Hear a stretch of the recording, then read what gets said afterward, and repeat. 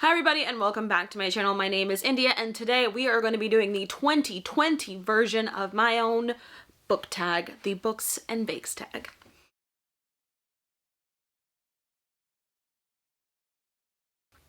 So like I said, today we're going to be doing the Books and Bakes tags, which I made last year, so make sure you update yours for this year. I'm not gonna lie guys, I am not prepared to do this, so we're gonna be just winging it. Like, winging it probably more than I've ever winged something before. We gonna go for it, though. We gonna go for it. As the kids say, yeet. Please don't unsubscribe. Please come back. Come back. Let me just get started. Okay, number 1, Cupcakes. Name a collection of short stories, poems, or anthologies where you couldn't read just one section and had to go back for another. So in the year of our Lord 2020, or in the year of our COVID 2020, I actually didn't read any short stories, poems, or anthologies this year. Normally I at least pick up at least one anthology, but I did not read any of them this year. Pin, what are you doing? Like, what? Like, literally, why are you just standing there? Penny is just standing behind my legs. Like, she's not doing anything other than just being there. She's just there. So I didn't actually pick up anything this year. But if there's any new ones you guys have read this year, like, I do really want to know, because just like thinking about the year, I didn't even see any like good ones out there that I might even pick up. Let me think. Is this crooked? Are we crooked? Oh no, I don't know what I just did with the microphone. Oh, fuck. There? Nope, just go away. Okay, but now we're at least even. I don't know what I did, but we're even. Anyway, number 2, lemon pound cake. Ooh, I had some with breakfast this morning. Coffee and pound cake. Yes. Name a book that has 400 pages or more that you considered a comfort read or a classic. For 2020, a 400-page book that I considered a comfort read this year. You know, I'm trying to make it, I'm going to say, hold on. So this book was more than 400 pages. Hold on, I gotta find it. You guys know I gotta find it on my Goodreads. I wouldn't necessarily call it a comfort read, but I was very comfortable when I read it, because I read it like almost, when I finally got into it, I read it basically in one day, staying in my bed for the entire day with the pups, and that would be The Stopover by T.L. Swan, the Miles High Club #1. I really enjoyed that book. I had a lot of fun. It was like a billionaire romance. They met on a plane, coming back from London and then their plane got stuck not really stuck in a storm, but couldn't land. So they had a layover in another city before they could make it back to New York. And that is where the romance starts, and then it picks up a year later. But I really enjoyed it. I would highly recommend it. And it was definitely something that once I got into it, I couldn't leave my bed. I just stayed there reading all day, came up for air for like a snack. I don't even think I like really ate that day. I really didn't. Number 3, Red Velvet Cake. Name a book that you thought was one thing, but ended up being something completely different. Let me check, guys, let me check the Goodreads again. Ooh, definitely. Unconventional by Aletha Romig, Aletha Romig, Indulgence #1. Steph had recommended this book to me a long time ago, and I started to read it, and it just spiked my anxiety so much. It starts off like a little stalker romance and stuff like that. But I finally, since I knew going into it how it was gonna make me feel, I decided to pick it up again, and especially because it's a short book, it's a novella, and it completely takes a completely different turn by the end of the book, and so that blew my mind. So it's definitely a book that it's piqued my anxiety. So if you have anxiety, be careful with it. But it does take a completely different turn by the end of it. So just something to think about. But I would still recommend it, but be careful with it. If it was weird, because I'd never had something like that spike my anxiety, which I guess means it's written well, but still. Number 4, Chocolate Chip Cookie Dough. Name a book or a book series that you can read over and over again, even though you know it's bad for you. Even though I ain't never died from eating raw eggs in my cookie dough. A book series that I can read over and over again, even though it's bad for me. That's hard. Because I didn't really anything that was like bad for me this year, you know, like.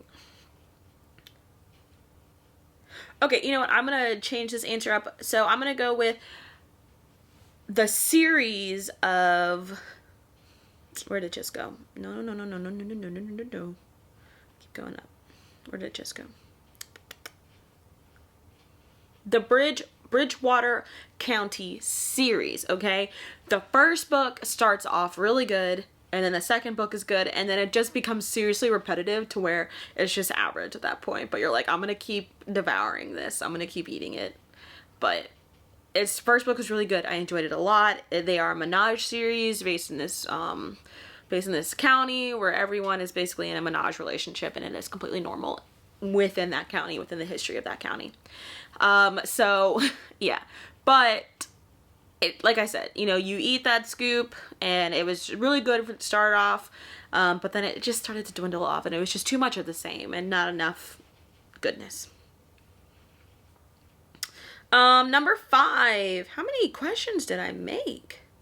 I only made 9, but I actually have answers. So I feel like this is taking a long time. 5, apple pie a la mode. Name a book that was really good, but could have been better with a little bit of ice cream. Probably Twice in a Blue Moon by Christina Lauren. But you know, Christina Lauren, that duo they are hit or miss. Honestly, like it's either really good or really bad. And this one was just kind of like, it could have been better. It just could have been better. I didn't like how the scandal, I guess, happened and was portrayed or whatever, so I don't know. You don't know. It just could have been better. The way the romance came back together, I guess, I suppose. So yeah.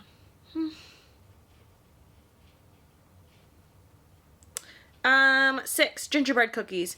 First, do you like your gingerbread cookies soft or crunchy? I'm a soft gingerbread cookie person, not like a ginger snap person. So if you like your cookies soft, name a book that was squishy in the middle, but the beginning and the end were really good. Actually, I saw I had a typo.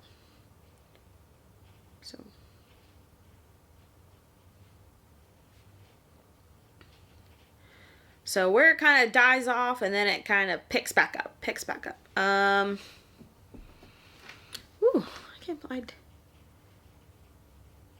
You know what? Crescent City. I'm gonna throw in a fantasy for you guys. House of Earth and Blood by Sarah J. Maas. I definitely liked the beginning. The beginning started off really fast. And it was great. And then the ending was fantastic. The ending had me in tears and just like freaking out. But it was so good. But the middle had some parts where you're just like, okay, like here goes one of those SJM soliloquies and thoughts and dashes and all that kind of good stuff. But anyway, but you guys know, I still really liked it. It was really good probably because the ending was just so good, and I cannot wait for the next one. Here comes 2021. Oh no, come back. Don't be like that. 7, Brownies. Are you a corner piece or a middle piece? I am a middle piece. If you're a middle piece, name a book that kept you in the feels the entire time. In my feels the entire time.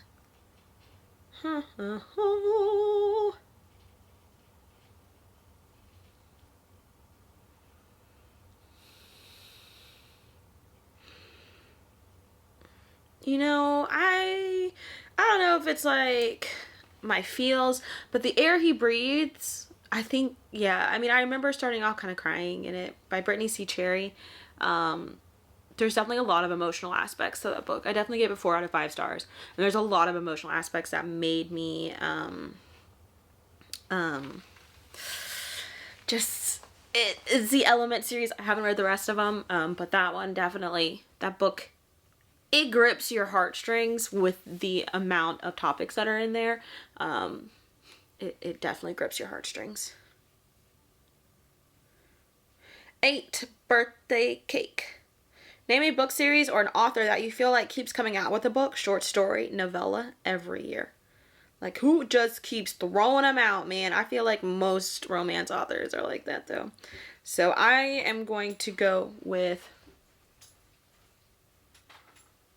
I don't know, she just got up. That's my security dog. See? Here, she's growling. It's my security. I'm going to go with Katie Robert. I've read a few Katie Roberts this year. And so I'm going to go with Katie Robert. I don't even know if she has come out with like multiple things this year. I'm on her Patreon too, so it could just feel like she's come out with multiple things this year. I don't know, but I've read quite a few Katie Roberts. Apparently I'm a Katie Roberts stan. So, you know, she's got all different types. But of course my favorite this year was Desperate Measures, and I still need to read the rest of the series of the Wicked Villain series. Number 9, Carrot Cake. Name a book that sounded healthy for you, but ended up being unhealthy, either with content or put you in a reading slump. I mean, my life was a reading slump this year, so I don't know if anything actually put me in a reading slump or was, let me see if anything was unhealthy for me.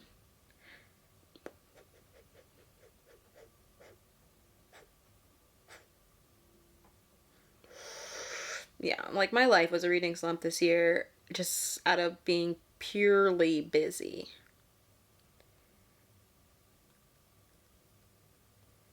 Like, I would say The Scottish Billionaires and The Bookaholic, but that was a Minaj book that was just really corny and kind of bad, but it didn't put me in a slump because I was like, I need to read something else, because that was just bleh.